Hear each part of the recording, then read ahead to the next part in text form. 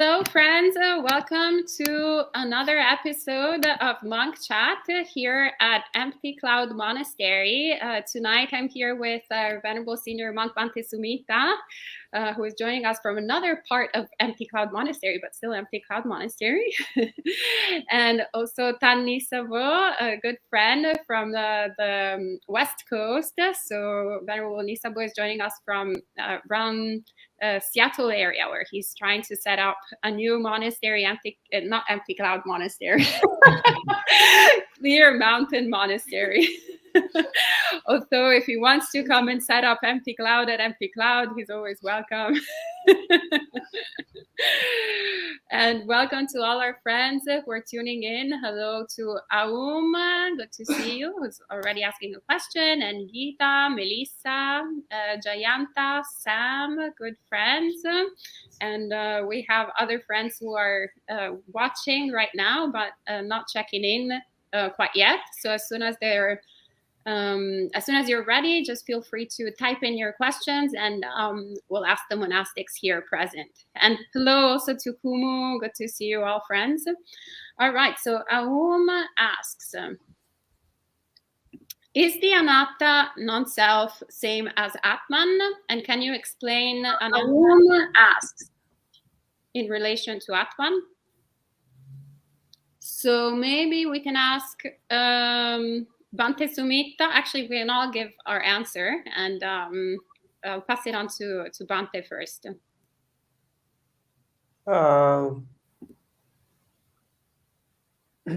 Anatta, no self, as Atman.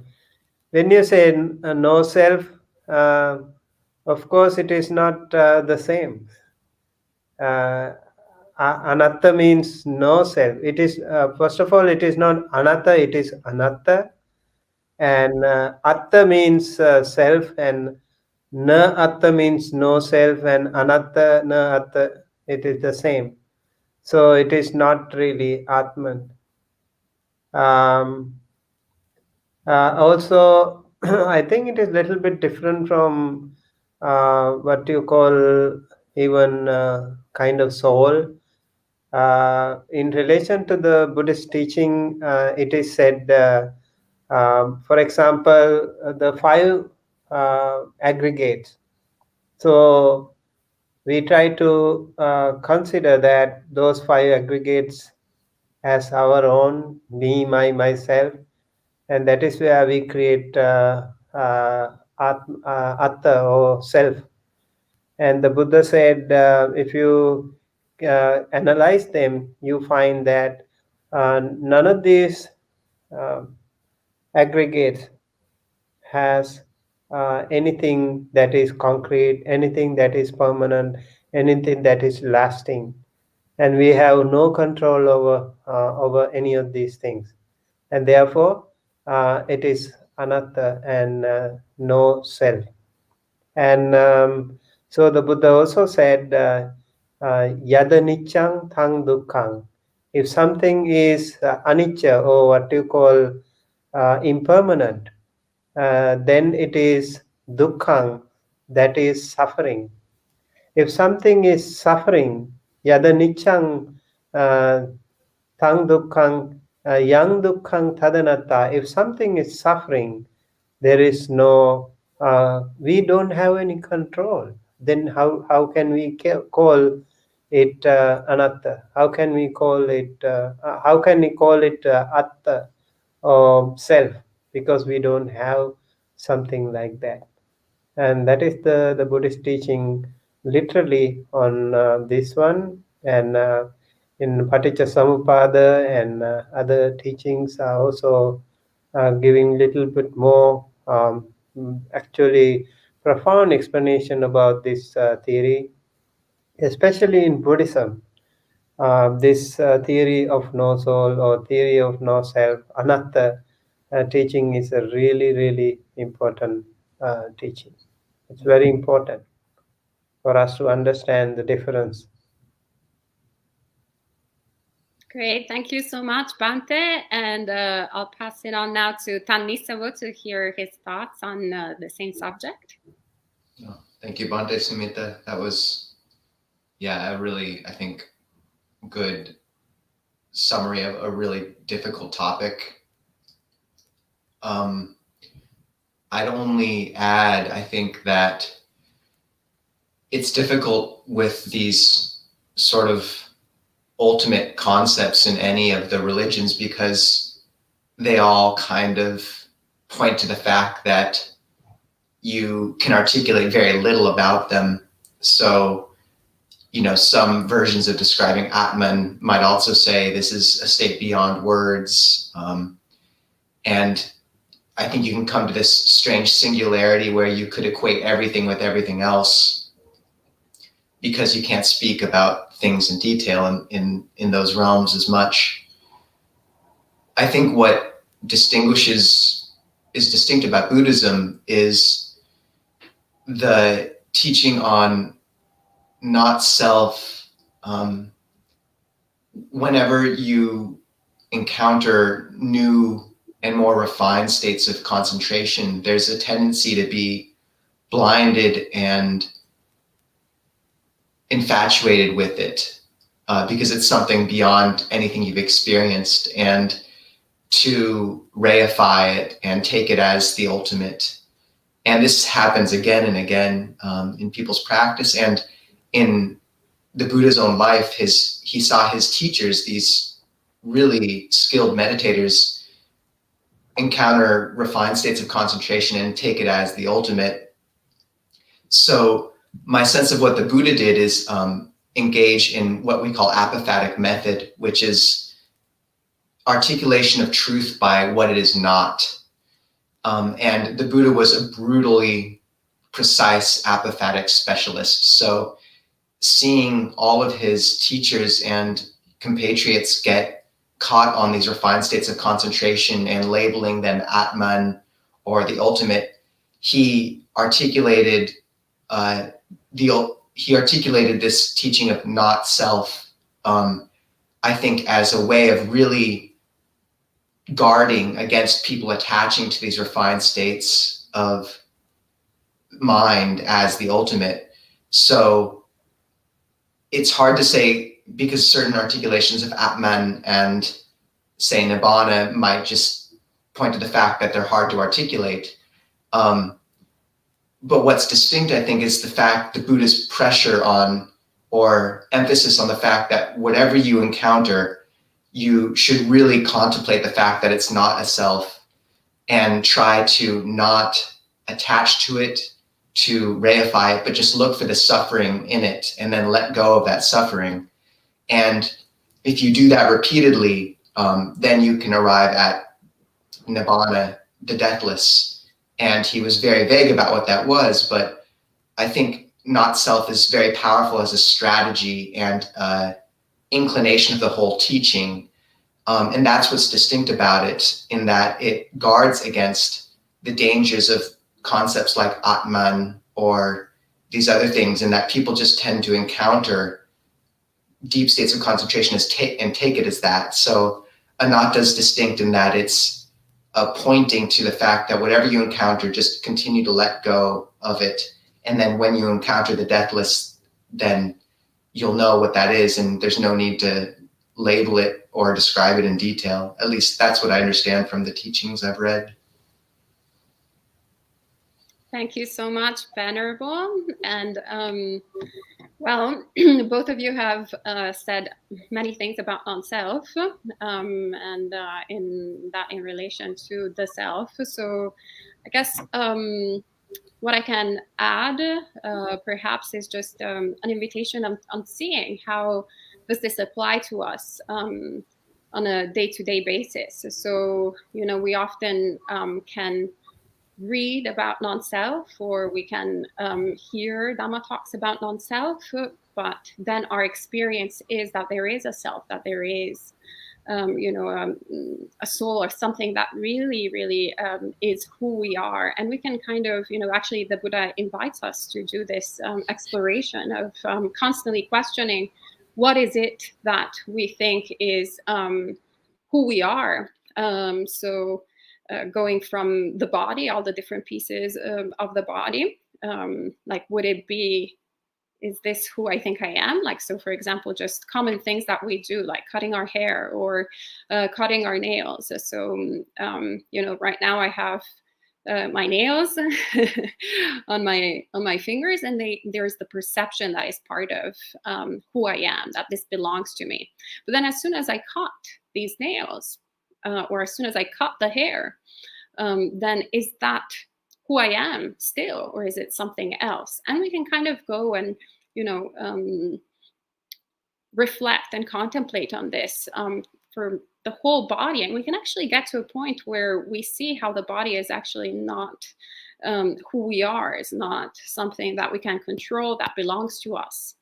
But then when it comes to our emotions, or it comes to our thoughts or ideas, our nationality, our race, or all the different ways through which we kind of create our identity, then it becomes a little bit more challenging.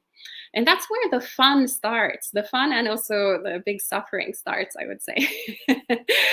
But the fun, because we can start seeing how we create suffering for ourselves. The more we attach to these identities, the more we attach to these things that we think they are, that define us, then the more we suffer, and the more we see we do the same with others. We can meet a significant other, perhaps, fall in love with them, and then all of a sudden they change.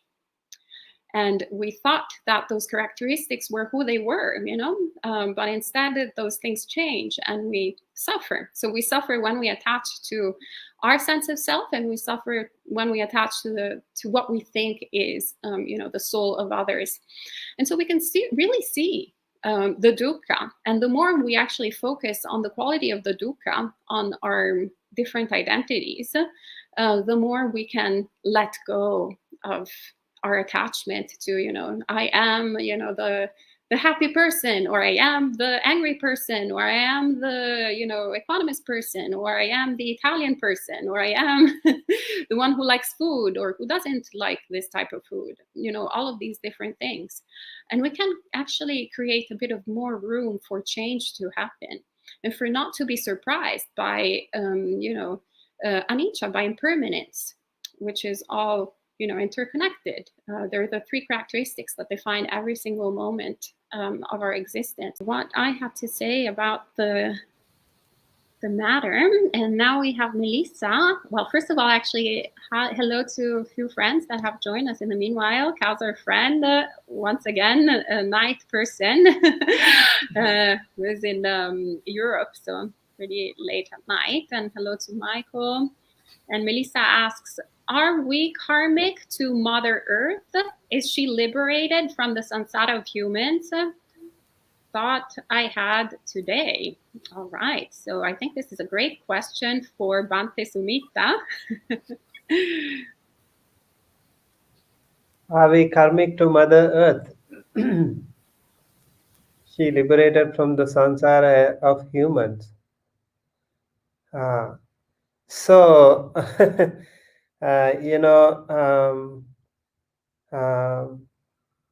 we can say we of course, as humans, we are connected to the nature for sure. But we also have to take care of the nature. We also have to preserve the nature, and that is also our duty, because nature is part of us, and it doesn't belong to only us, and nature belongs to, like, for example, the Mother Earth. If you say, it's good to call it a mother, because of the Mother Earth, we can survive. We have a lot of things through this. We can cultivate, we can survive. And it is said the Mother Earth has so much patience. Like, no matter what you do to the Mother Earth, all the damages we do to the Mother Earth, the Mother Earth still be so patient. And I think sometimes the Mother Earth also gets little angry and do some punishment to us. And so whatever it is, I don't know if you have to call it like karmically connected. but definitely Mother Earth consists of the four elements, Pathavi, Apo, Tejo, Vayu. Just like we, all of us, are consisted of, we are also endowed with Pathavi, Apo, Tejo, Vayu. Pathavi means the earth, the solid element in us, and then Apo is the liquidity that we have, different kinds of like the blood and the tears and all kinds of things that we have inside, and that liquid nature. And then Tejo is the warmth we have, that fire element we do have in us. And then the Vayu, the wind element. We have these. Sometimes we have Uddangama Vayu, and that is the upward wind. And then sometimes we have Adhogama Vayu, the downward wind. We also have different kinds of winds. And these four elements are there in our body. And so is in the earth, which is an external um, um, composition of all these things. And Mother Earth is really important. And sometimes we can also say, like, it is our good karma that we were born in this earth. And imagine, like, we were just a little bit closer to the sun, then we wouldn't have survived. And also, if we were a little bit far away from the sun, then also we wouldn't have survived. And luckily this is the right place, that we are on this Mother Earth. So we have the exact, suitable, right, ideal temperature, the climate, the weather, everything in this Mother Earth, so that we can cultivate. We have the water here, we have a lot of plants and all these things here, and so that we can live our life peacefully and happily. But I think, by thinking of it, we also have to be a little bit more grateful to the Mother Earth. In that sense, I mean to say, like, we have to be a little bit more respectful to the Mother Earth. We as humans have done so much damage to the Mother Earth, and we think that we solely own this whole universe, so we can do whatever we want. We really can't think so, because this is very diverse. There are other sentient beings too. They also have the space for themselves. Therefore, we have to respect the Mother Earth, and the fauna and the flora, all the things in the nature. We have to be respectful.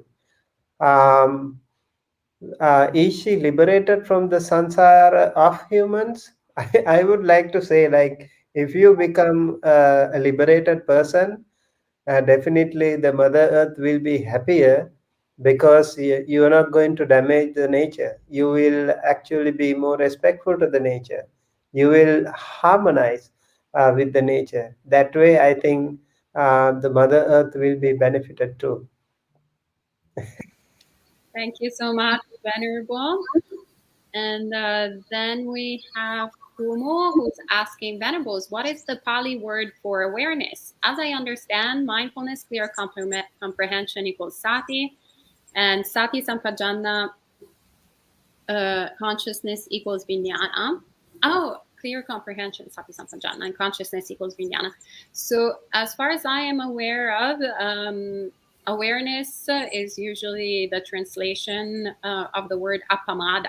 That is normally what you find in translations. But the beauty of translation is that each translator will, it's the beauty and the trick, will pick a different word. So it depends on the translator, but usually Venerable Bhikkhu Bodhi uses for appamada awareness or heedfulness. I seem to understand, but maybe the other venerables have another something else to say. Maybe Tanisabum.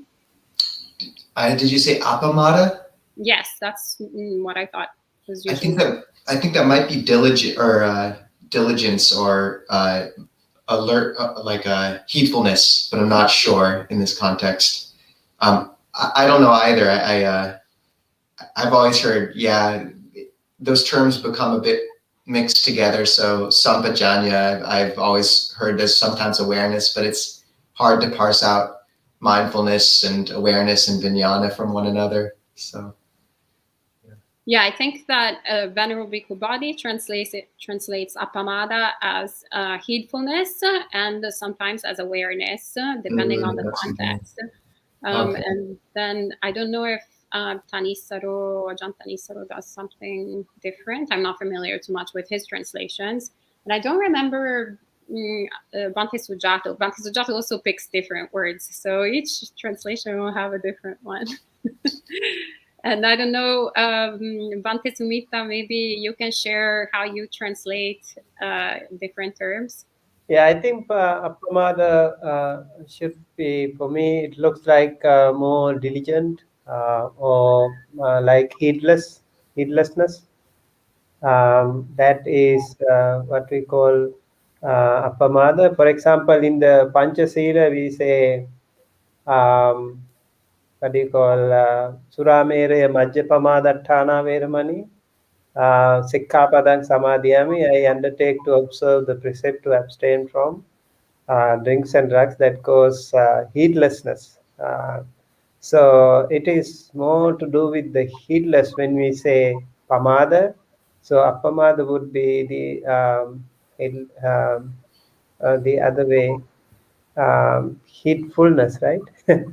uh, so in many suttas, including the Satipatthana Sutta, we have the Buddha talks about that Aranyagatoa, Rukkamulagatoa, Sunyagaragatoa, and then Nisidati Pallankang Abhujitwana, Ujunkayang Panidhaya, Parimukang Sating Upattapetva.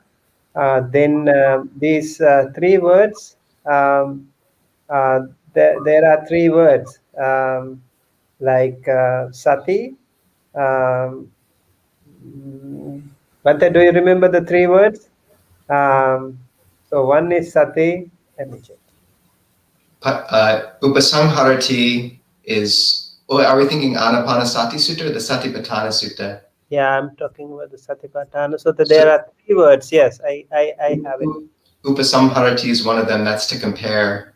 And then Pachawekati is to contemplate. And then I think Janayasi is to know. And then only after that is to become mindful. But I could be wrong. I know two of those. Atapi sampajano satima.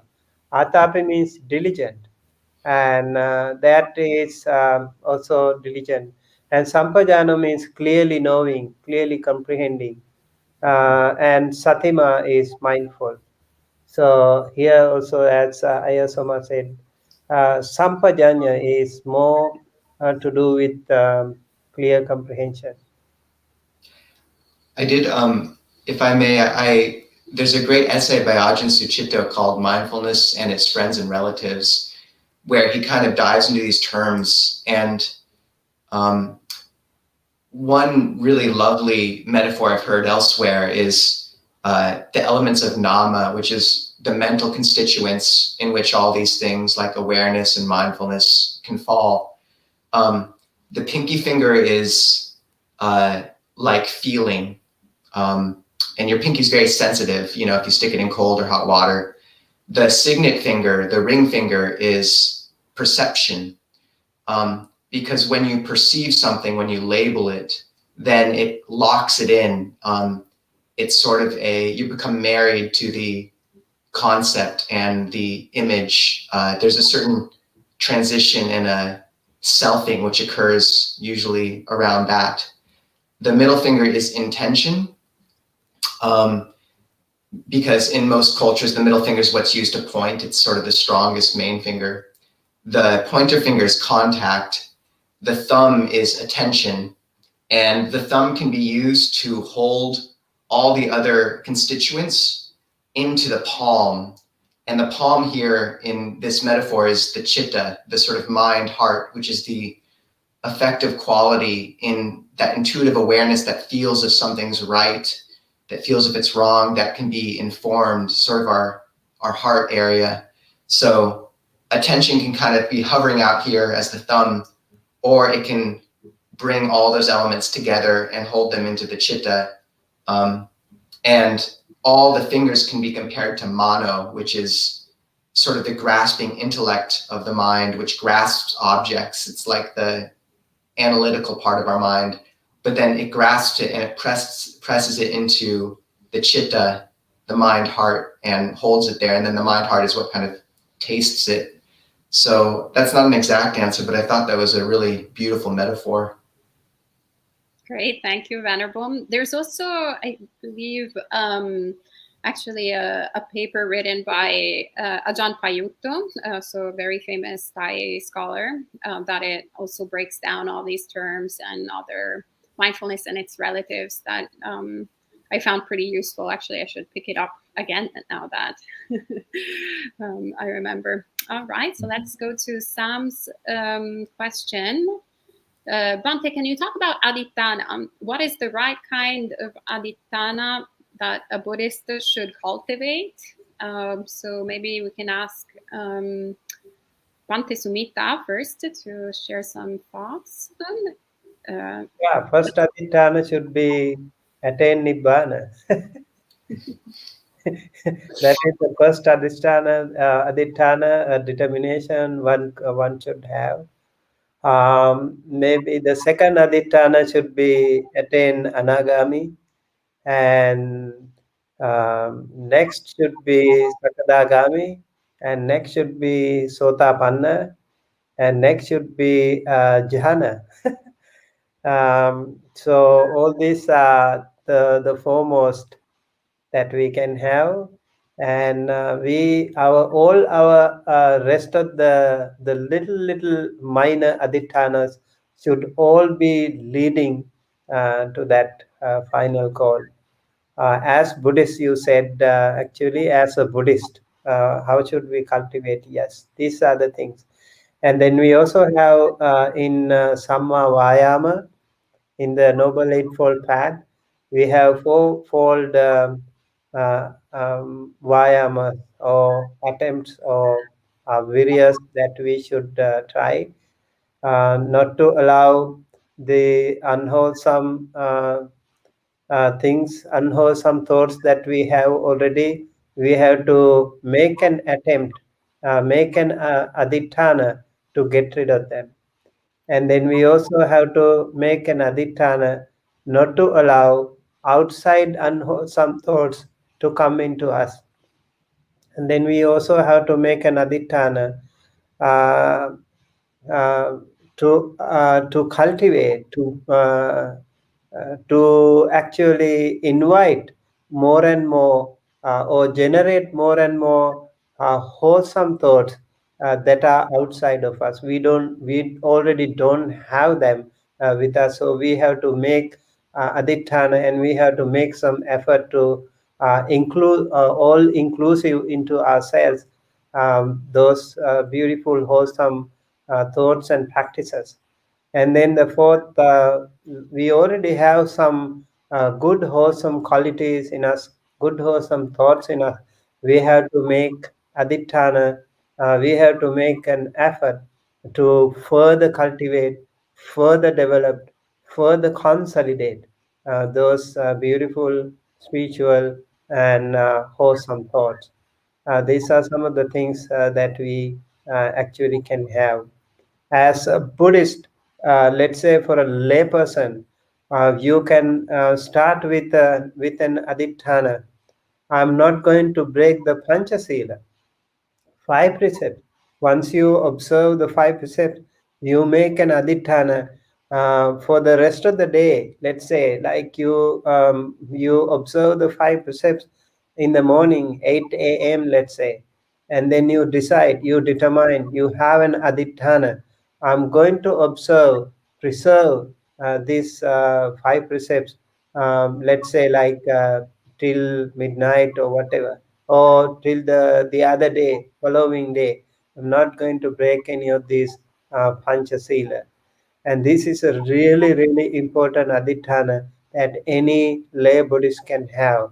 Very important. It's a must for all Buddhists that you observe these five precepts, and then once a month at least once a month, if possible once a week. You also have to go a little bit ahead and do make an adhitthana to observe the 8 precepts or 10 precepts, and that will also be really important. And then once in a while, maybe once in 6 months or once a year, go for a 10 days retreat or something, and make an adhitthana. I'm going to observe my sila, I'm going to practice my samadhi, I'm going to practice my panya for 10 days, something that way. Your final goal will be more and more clear to you, and your spiritual journey will be much more fruitful, effective, and productive. Wonderful. Thank you so much, Bante. And Life's a Trip asks, is there an upper age limit to become a monastic, such as after retirement as a layperson? Thank you. Well, Life's a Trip, as far as I know, there is no upper age limit. Each monastic community will sometimes have an upper limit based on causes of conditions that the community, the monastery, somewhat decides, but there is not an upper limit in terms of Vinaya, in terms of monastic code. This being said, I would say that if you have a vocation, an aspiration to become a monastic, seize the day. You want to be, the younger, the better. That's because this, as actually Bhante Sumita, was explaining the different adhithanas, you need some energy to do that. And energy, tends to weaken up as we age. So the more we take advantage of our youth and our energy, I wished I actually had found the Dhamma earlier on. All the energy that I had in my early 20s wasted in all unwholesome different activities. I could have actually invested it in awakening, would be an enlightened being by now. So if you want to ordain, instead of designing a retirement plan, design a life plan.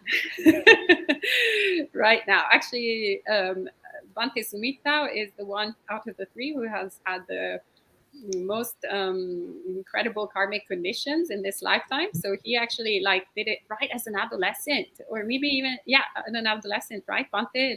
11 years old, something. Yeah, 11. Yeah, 11, perfect. And second best is Tanisabo, about 24 or something. About that. Yeah, so wonderful, very great. I won't disclose when I did it, but a little bit later. Better late than never. All right, and Dave says, I have lost the context for neutral feeling is unpleasant when not known. Can you place this and also give some examples, Tanisabo? Yeah, that's there's one of my favorite suttas. It's Majjhima Nikaya 44, the shorter series of questions and answers, and it's a discussion between Venerable Dhammadina, who's a enlightened bhikkhuni nun, who is foremost among the bhikkhunis in teaching the Dhamma, and the sutta shows why. It's a conversation between her and her former husband, who's, I believe, a merchant named Visakha, not the lady Visakha, but a different Visakha. And I believe he's either a once returner or a non-returner. So he's attained some level of awakening. And this is a famous quote from that sutta where Venerable Dhammadina says that pleasant feeling is pleasant while it remains and painful when it changes. Painful feeling is painful when it remains and pleasant when it changes. Neutral feeling is pleasant when experienced with knowledge and unpleasant when experienced without. And I think the beauty of this one stanza is, in one fell swoop, it equalizes everything in terms of our feelings. You know, the worldly winds of Buddhism that the Buddha spoke of in terms of how we're buffeted in our life by praise and blame, pleasure, pain, it's all mutually dependent. And as soon as you kind of rise, you can expect to fall at some point. And it's a very precarious situation unless you look at it all not as a way to get comfortable, but rather as a journey and a lesson.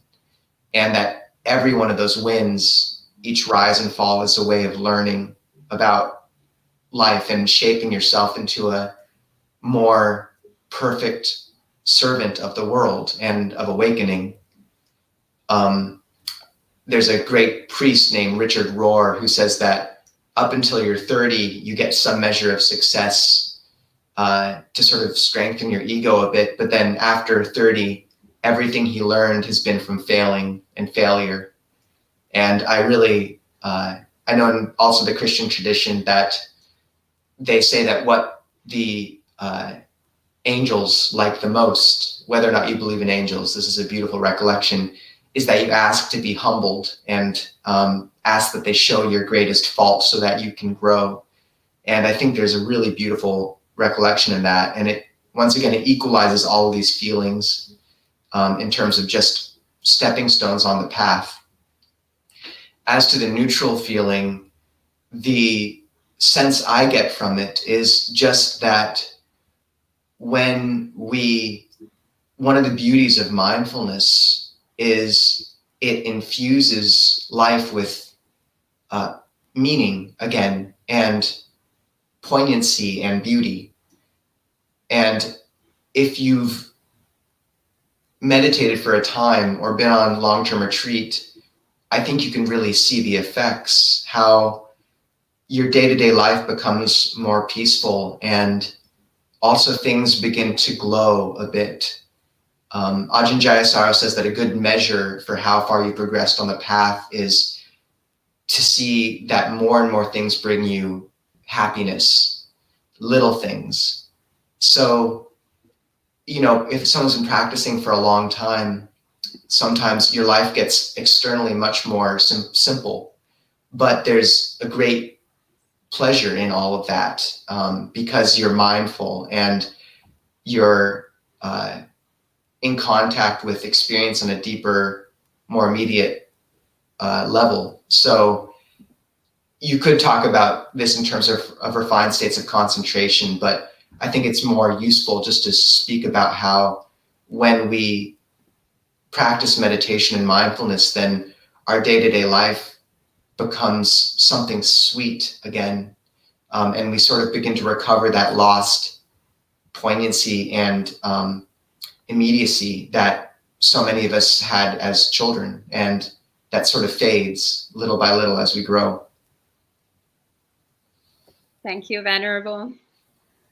And Dinko asks, hello, can you explain what bhava exactly means in the dependent origination and how it is caused by upadana? Thank you so much. This is a perfect question for Bhante Sumita. Bhava means existence. So, if you go to that, we have avijja paccaya sankhara, sankhara paccaya vijnana, vijnana paccaya namarupam, namarupa paccaya salayatanam, salayatana paccaya phaso, phasa paccaya vedana, vedana paccaya tanha, tanha paccaya upadana, upadana paccaya bhava. So, because of that clinging, what do you call attachment that we have, because of that, we have the existence, we have the bhava. So let's say like when you see some pleasant form through the eye, and then you see it is pleasant, so you want that pleasantness a little bit more, you want that exist a little bit more, and that way your power becomes more longer. And this can also be kama bhava, and that related to all these kama worlds. Every one of us has different kind of urge, desire, um, about the sensual pleasures, all kinds of things. And when we need it a little bit more longer, and we want it to survive, that is where the bhava tanha, or the craving for existence happen. And then because of that, we have the jati, what we call birth.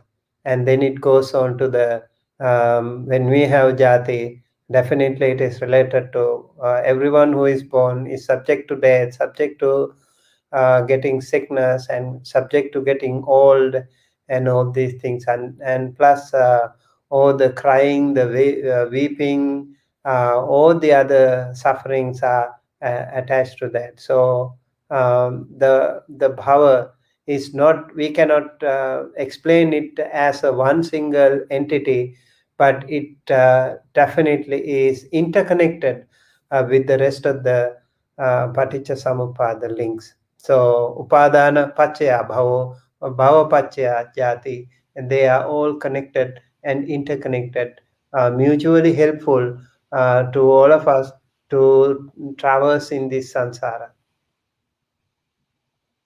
Thank you so much, Venerable.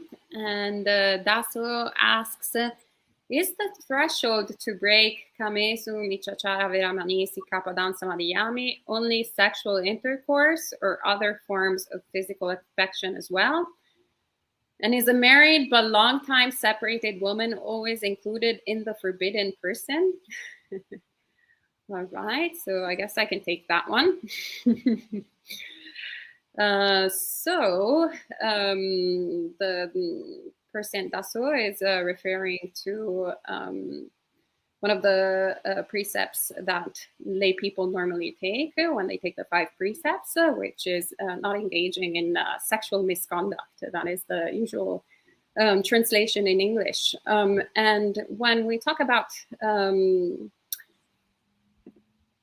this particular precept, it's very important to distinguish 2 things. One, what is actually said in the suttas, and 2, what is actually usually interpreted in different Buddhist cultures, which sometimes can differ and sometimes can be common.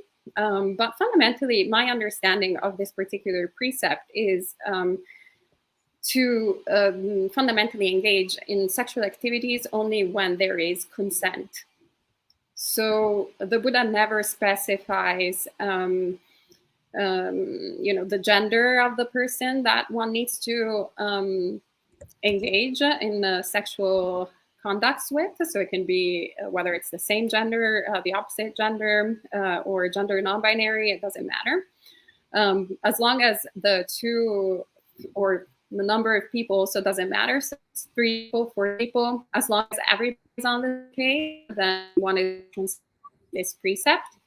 And also the other important thing is that, I mean, it also doesn't need to be a full sexual intercourse, full act, but rather anything that is sexual. And, I don't think I need to go into details. I think if you look into yourself, you actually understand what is an inappropriate type of physical affection.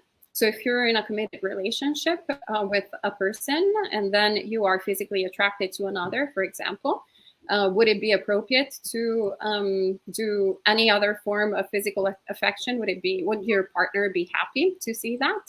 Probably not, right? Unless they are consenting to it. So it's very, very simple, Once you put yourself in the other person's shoes, as they say, then it's very easy to to kind of not break the precepts, to kind of understand, well, I wouldn't want for this to happen to me. You know, if I cared about this person and this person did the same thing to me, not really good. But if we're on the same page and everything is all right, then nobody gets harmed, nobody is hurt. So then it's okay. So don't focus too much on that, but focus on non-harming. Don't focus on ways out, on going, maybe if I only do this, well, it's not the full thing. The mind, can be such a tricky, thing to behold. Anyway, NPL quotes the suttas. And why do you call them fabrications? Because they fabricate fabricated things. Thus, they're called fabrications. What do they fabricate as fabricated things? For the sake of formness, they fabricate form as a fabricated thing. For the sake of feeling, they fabricate feeling as a fabricated thing. For the sake of perception, for the sake of fabrication hood, for the sake of consciousness hood, they fabricate consciousness as a fabricated thing, etc., etc. I believe that this is Ajahn Thanissavo's translation, and I know that Thanissavo is a fan of Tanjaf, so I'll pass it on to Thanissavo to answer the question that I think actually, there is not a question, there's actually just a quote.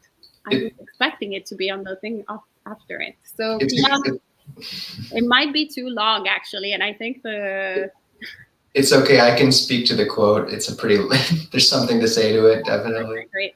Go ahead. Although I'm not sure my head can fit above it. And I just want to highlight how I really appreciated that answer, Ayasoma, on the Kamesya Michachara. I think, there's not a perfect equation for it, but I think you can see in your heart. The quote that was put on the screen and nearly obliterated my body was from Sutta 2289 in the Samyutta Nikaya, and it's a really interesting sutta, but it basically, when I've heard Ajahn Thanissaro speak on it, what he points to is the fact that we have this impression that we walk into the world and we're contacted by different things and they make us angry or sad or happy. But in the wheel of dependent origination, the cycle of dependent origination, which Bhante Sumita was speaking to, there's nearly 5 or 6 links before sensory contact. So that is to say that there's all these elements, including ignorance, including sankhara, intention, including consciousness, all conditioning what happens when we are impacted by a situation. So we come into the world looking for something. And this is, I think, what the sutta is speaking to when it says we fabricate something for the sake of. So say we're in an angry mind state, then we are looking for something to get angry about, and we're fabricating the world such that we can emphasize or turn situations into something to get angry about. Just this morning, a good friend was speaking about how she'd watched a clip online on the news of some fairly dismaying situation and had felt this self-righteous anger rise up in her. And then she went to sit down and work and received an email which was just a little bit off. And she could see very clearly how the anger that had gotten conditioned in her from half an hour or 10 minutes before made her react to this email in a really particularly aversive way. So I think that's what it's saying. And the example Ajahn Tanisaro gives is that when the Laotian refugees from a long time ago came to the U.S., they found these clotheslines in the back of the yard. And in Laos, what you do with lines like that, sort of strung from building to building, is you hang fish from them. So all the Laotian refugees started hanging fish from their clotheslines. So all that to say that we don't come into the world, it's not a blank slate. We walk into the world which we create. And this is why it's so important to make sure we direct that intention and attention, which will condition our day every day. So the first thing you do when you wake up, is spread loving kindness, bow to a shrine, and then making sure you get meditation in the morning, because that's will change the whole day. So then you're fabricating the world in a beautiful way based on the intention of care, of non-harming, of awakening, rather than fabricating a world based on anger, greed, and delusion. And I don't think hanging fish from clotheslines is necessarily a bad thing either if you have fish to dry. So. All right, thank you, Venerable. And Dulani asks, Venerables, can you explain more about the 31 planes of existence in Buddhism? It's an interesting topic to study more about. Bhante Sumita. So 31 planes starts with our own earth, the human realm, and human realm is one, and then we have four what do you call, four dugatis, and Naraka, Tirachana, Peta, and Asura. So Naraka is said to be the hell realm, where the sentient beings who have done so much bad karma will undergo some excruciating pain over there for eons and eons and a number of years.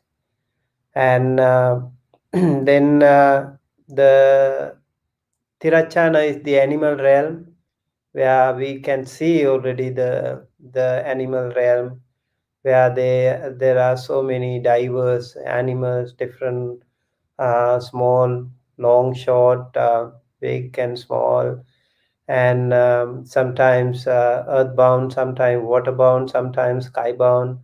All different kinds of animals are there. So that is called Tirachana world. And then they are also born due to some bad karma, unwholesome karma they have done in the past. And it is said, I remember something, manena makkato hoti atimanena kukudo kukuro. So when you have mana, the conceit, the ego, you will become a monkey. But if you have even more than that, even more super ego, then you will become a dog.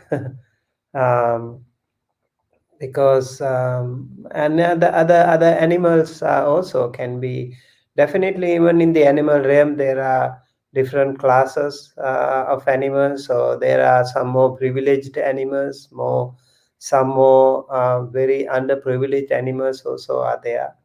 So depending on their karma too. Sometimes I think most of the domestic animals we have, they are so much well taken care of. It is like they are very close to complete their animal realm duration existence. Maybe they are next to be born in a human realm or something.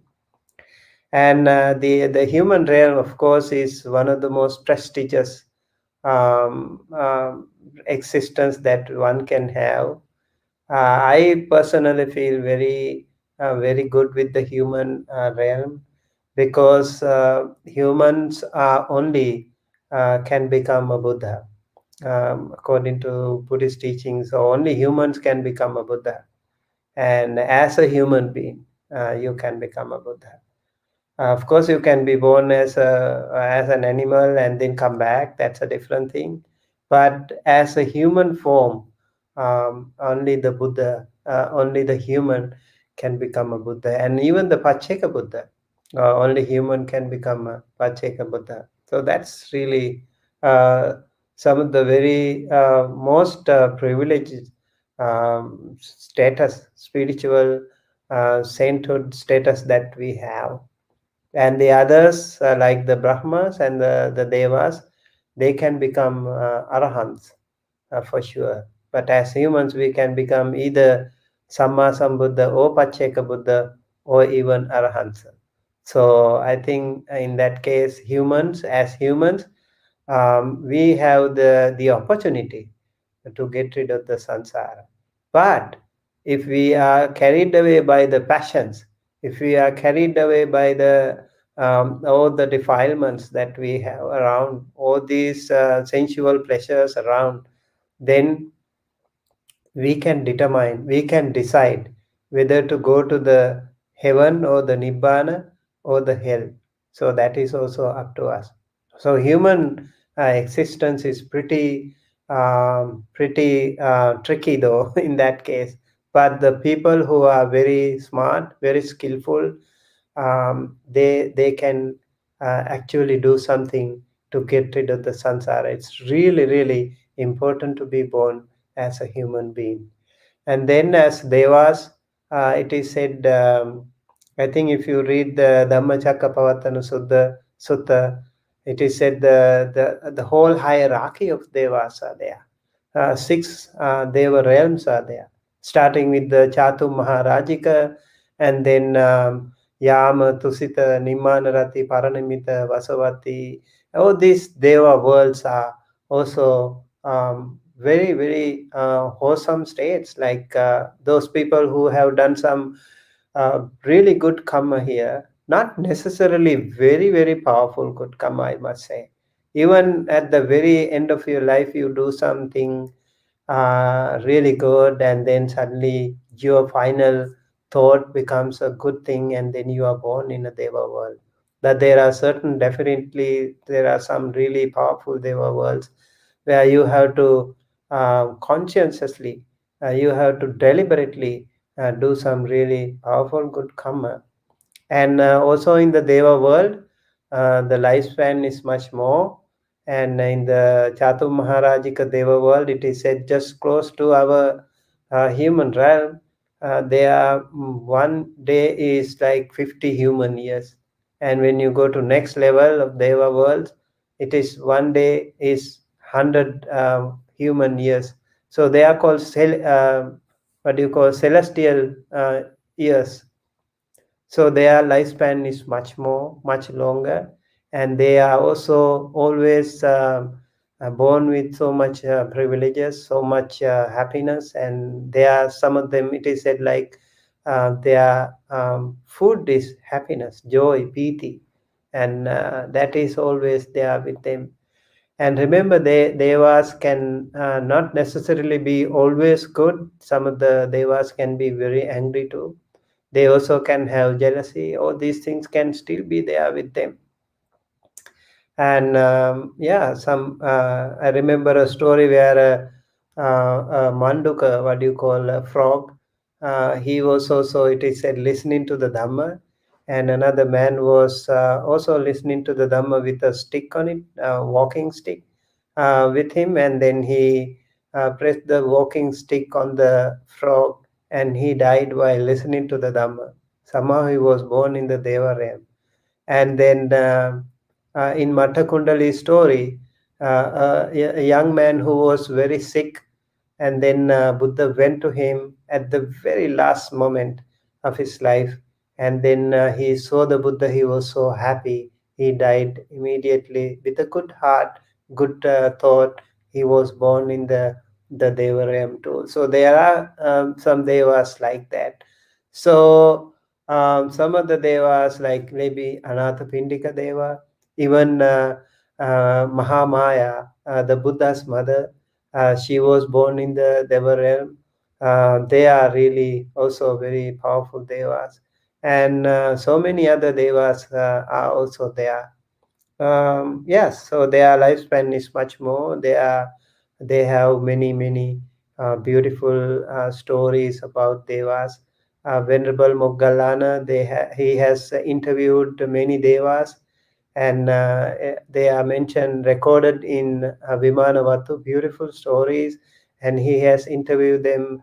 He has asked them, how come you become so beautiful? Your body becomes so beautiful and also so radiant, and also such a good smell from your body, like miles and miles. We can smell your body, smell that beautiful fragrance. How does it happen? What good karma you did as a human? Because they was also remember their past karma, and then they would explain it to the Venerable Moggallana. He would come back to the earth, and he would explain those things to the humans. And if you want to become, like these human simple things is nothing compared to those deva worlds. Like maybe 2 celestial days in the Chatu Maharajika world will be 50, 100 years already in the human realm. So what do we do? Like in 2 days, compared to that Deva world. So it's much longer happiness and much more powerful happiness than this, and much more safer also. And here we have hurricanes, here we have cyclones, and here we have fire. All these things are not there. Very safe, and no pandemic also. In that case, the world is much more comfortable. And if you want to have that much comfort, yeah, better to go there too. And then in the the hell realm, they are also suffering a lot. They also can remember their past karma. And Venerable Moggallana interviewed them also, and he would ask, "How come your body is so stinking, and you look at you like you are such a miserable person?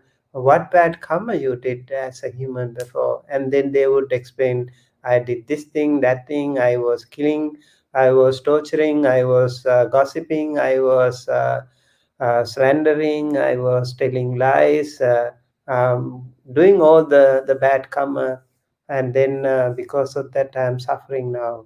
And then Venerable Moggallana would come here and then explain to the people, "Don't do bad. It is also very dangerous. You will be born as a peta or hungry ghost, and you will suffer for infinite time. It is really unfortunate. So try to do good karma." He really encouraged people to do more and more good karma. When it comes to the Brahma realm, um, the lifespan is much more, all the way up to Akarnita Brahma realm. There are many Brahma realms too, and then their lifespan is much longer. For example, in Maha realm, it is said 1 day is 1 eon. So you can imagine the kind of lifespan they have, much longer. And for example, all of them also are born after having done achieved some jhanic stages in the Brahma realm. So their life is much more longer, and most of them are way different from the Deva realm. And yeah, they are mostly in a meditative mode or jhanic mode. And some of the people who have attained anagami, non-returner stage, they can be born in the Brahma realm and immediately become arahanta. So there are, in the Deva realm and also in the Brahma realm, there are sotapanna, sakadagami, anagami, and arahanta devas and brahmas too. So that's another thing that we need to remember. One more thing is Rupa Brahma and Arupa Brahma. Material Brahma realm and material Brahma realm are there. In the Rupa Brahma world, they have the form like Sahampati Brahma, Gatikara Brahma. They could come to the Buddha and discuss things with him, and even listen to Dhamma talks. But the Brahma realm, in the immaterial Brahma realm, Arupa Brahma realm, they cannot they don't have a body, only the mind. So they really cannot listen to Dhamma talk. That is why the Buddha even could not help his former spiritual teachers, Alarkarama and Uddhakarama Buddha, because they didn't have a body. They attained the Samapatis, and they actually became a Brahma in the Arupa Brahma realm. So that is very interesting. But most important thing is to, I think, attain Sotapanna, Sakadagami, Anagami, Arahanta. And whether you are in the human realm or Deva realm or the Brahma realm, all this are not very important. More important is to get rid of this samsara. Thank you. Thank you very much, Venerable, and thank you for the reminder of what is important. So it was very good. And Wilval asks, good evening, Venerables. Can you talk about the startle reflex during meditation? I can be meditating peacefully and then a car backfires outside, which jolts me out of meditation.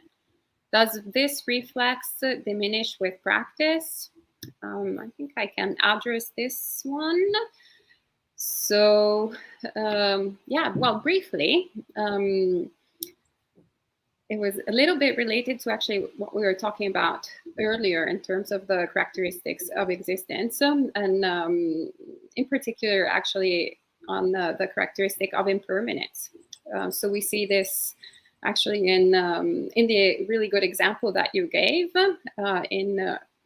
oops, a little technological issue.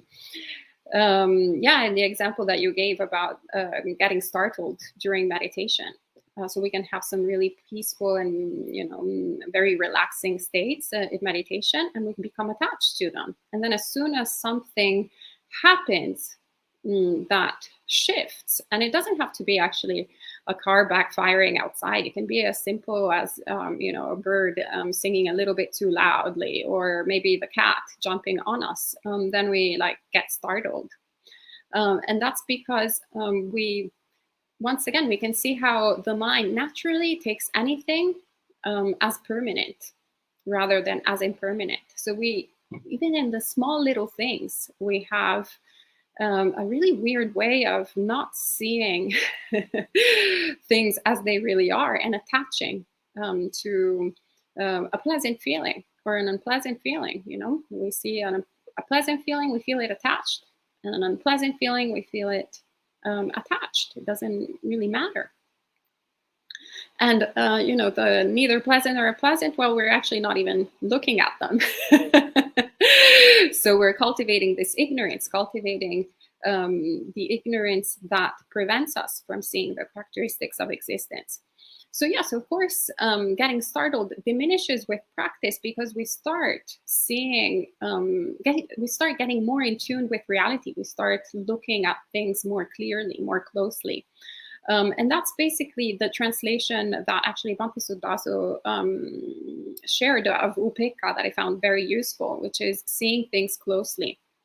So when we see something closely, then we start really seeing, like if I see the hand, I start seeing all these little folds in the hand and starting to notice different characteristics that I hadn't seen before.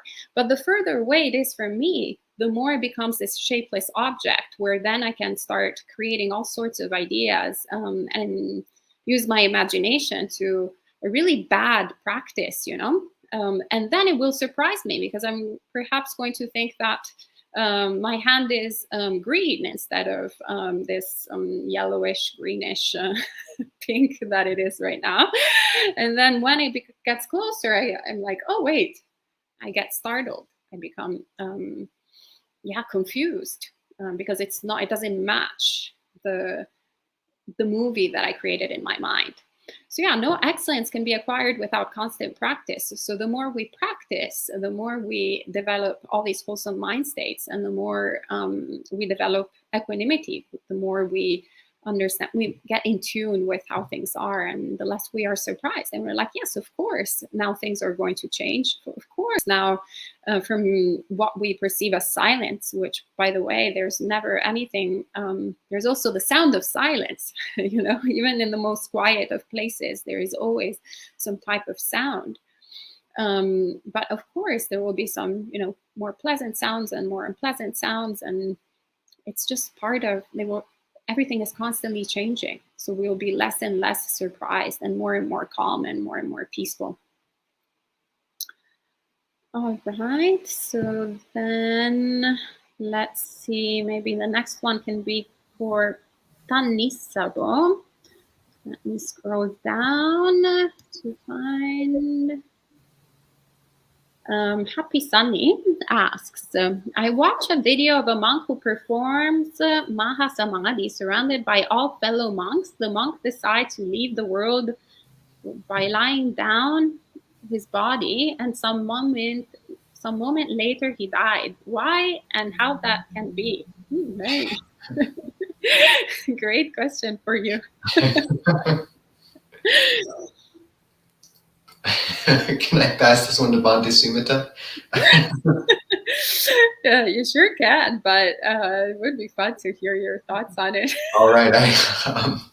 So I haven't had this problem yet, and I don't think, dying or,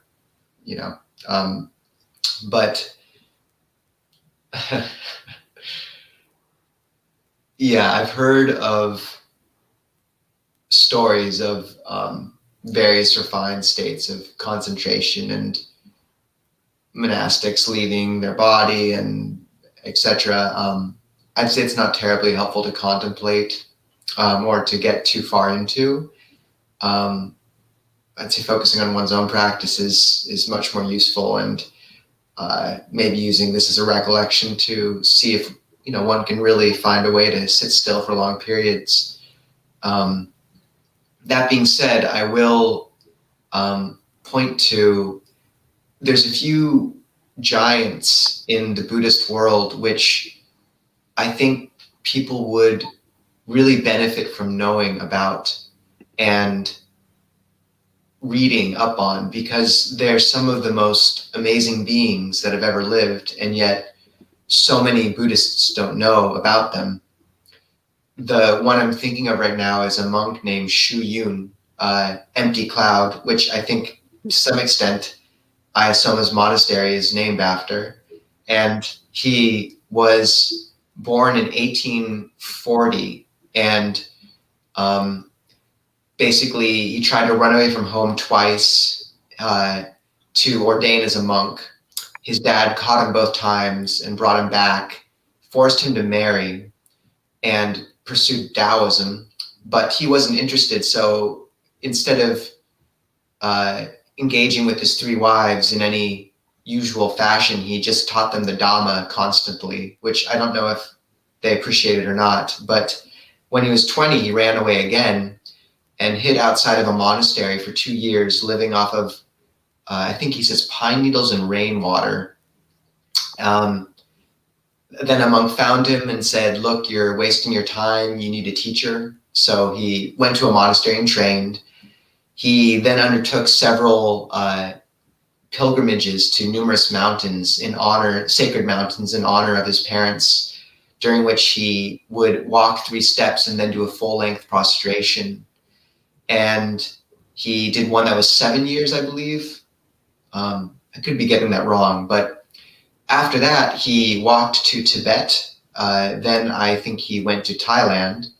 In Thailand, he was leading a meditation retreat in, I believe, Chinatown in Bangkok. And he slipped into jhana, these deep states of concentration, and they couldn't get him out of it. So the king had come to visit him and asked to meet him. And the people there were just like, we can't wake him up. So that lasted a week. And there's another situation when he returned to Thailand, or to China, where he was in a small hut next to several other monastics practicing, and he was cooking sweet potatoes. and spontaneously slipped into jhana again. And when his friends came and checked on him, they found the sweet potatoes had 2 weeks worth of mold on them, and they rang a bell and woke him out of his jhanic state. So he'd slipped away for 2 weeks. But the literature says, and the great teachers say, that in these deep states you use very little energy and you can actually live for a long time. Anyways, just to finish the story, he revived Chinese Buddhism more or less, rebuilding many monasteries, the largest of which he served as abbot of, but he refused to live in the monastery and instead lived in a pigsty out back. He was almost beaten to death by Maoist thugs during the revolution 3 times, but each time he slipped into jhana again and emerged afterwards alive. And after the 3rd time, the Maoist thugs, the Red Guard, apologized and bowed. He met several American disciples, and one of his Chinese disciples, Master Hua, traveled to the US and started City of 10,000 Buddhas, and later gifted the land that is now Abhayagiri, who's an amazing character of his own right.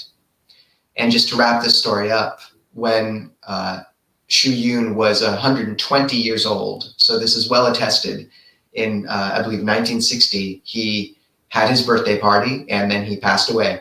And that's how that's just an astounding story that people don't know. And you can find his biography for free online if you Google Shu Yun, XU space YUN. So I can't speak exactly to slipping into states of concentration so deep you never wake up, but it does resonate with this one of many stories in the Buddhist world, which I think people would be edified by reading. Great, thank you. And Isom, I'm curious if you did choose that name intentionally for your monastery.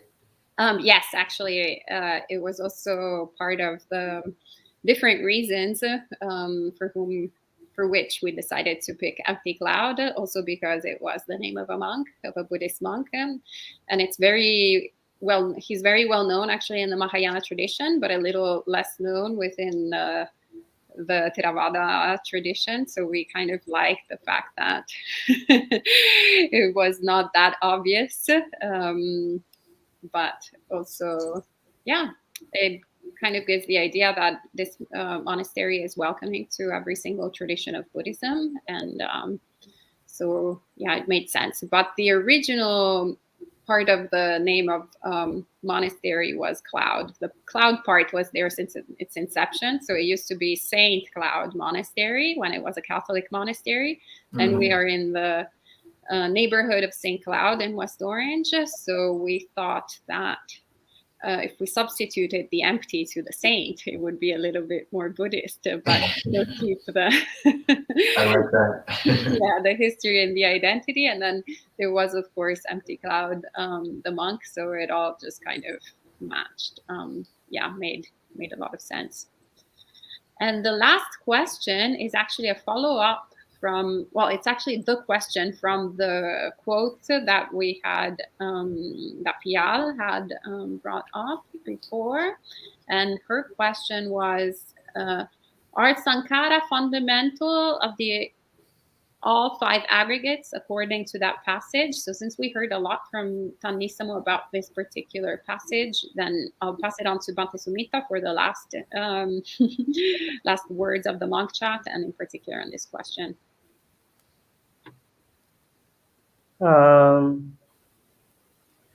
I think when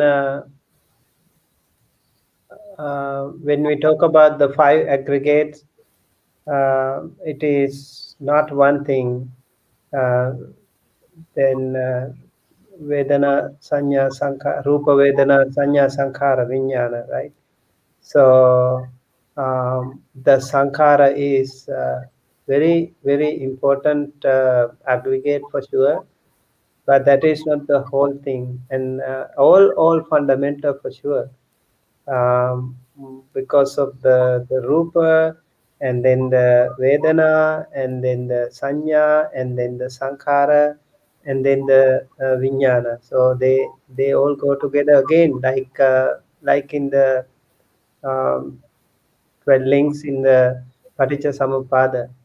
When you see, for example, when you see a rupa, then you have pleasant feeling or unpleasant feeling, or neither pleasant nor non-pleasant feeling. So that is there. And then after that, um, Vedana, Rupa Vedana Sanya. So you also, when you see that you recognize it, that is the perception that you have. When you see a Rupa, when you see a Vedana, you recognize it, you perceive that. And then you start generating karma, which is more fundamentally important for our samsaric existence for sure, and that is fabricating or generating more and more karma, and that is what we call sankhara. So it can be, if it is a pleasant thing, feeling, perception, then you have kind of good karmas maybe. And if it is not pleasant, but good karma in the sense you can do something related to raga, and then raga and avijja can go together, or lobha and avijja can go together. If it is an unpleasant feeling, it can be dosa and avijja, that is ill will and ignorance, they can go together. So therefore, sankhara, this thing can be a very important link in the five aggregates. Um, I'm not sure what was the previous long passage that was talking about, but I saw fabrication was mentioned there quite a few times, and Bhante Nisabo gave a very beautiful example and answer to that detail. All right. Well, great. Thank you so much, Bante. And thank you, actually, both of the venerables for joining this evening, Monk Chat. And to all of you for asking all your questions and tuning in as usual. There would be no Monk Chat without questions. There would be, we wouldn't be here if there weren't interest in Buddhism. So it's always so warm-hearting to see so many people tuning in, so from so many different parts in the world, even in the middle of the night in Europe. I'm always so impressed by Kazar friend whenever they show up. So as usual, you can tune in every Friday for Monk Chat.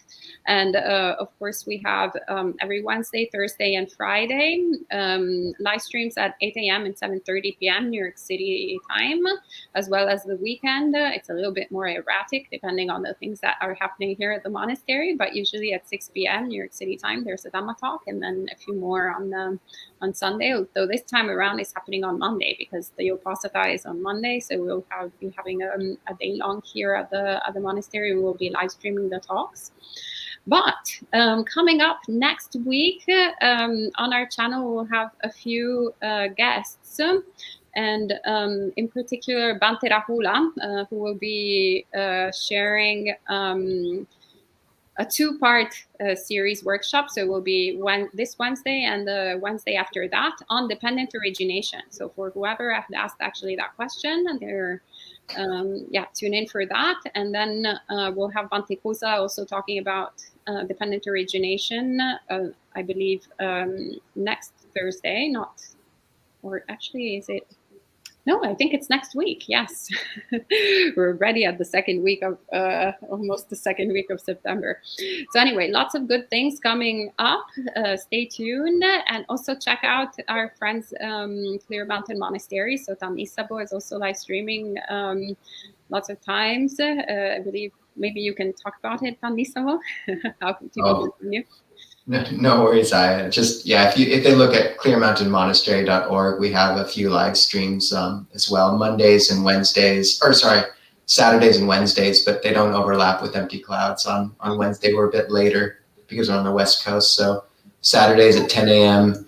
and Wednesdays at 6 p.m. Pacific time, followed by a Zoom session. So yeah, so you can just tune in and like be constantly online watching Dhamma. And also Bhante Sumita, aside from residing here at Empty Cloud, he also has his own Dhamma YouTube channel called Dhamma USA, very straightforward. And there's also, it's basically a reservoir of Dhamma teachings, Pali classes, Pali teachings included, as well as fundamentals on Buddhism, lots of different things. So yeah, you can check out Dhamma USA for more Dhamma. Yeah, we need to have more Dhamma and less drama in this world. All right, so we can end the evening with 3 sadhus.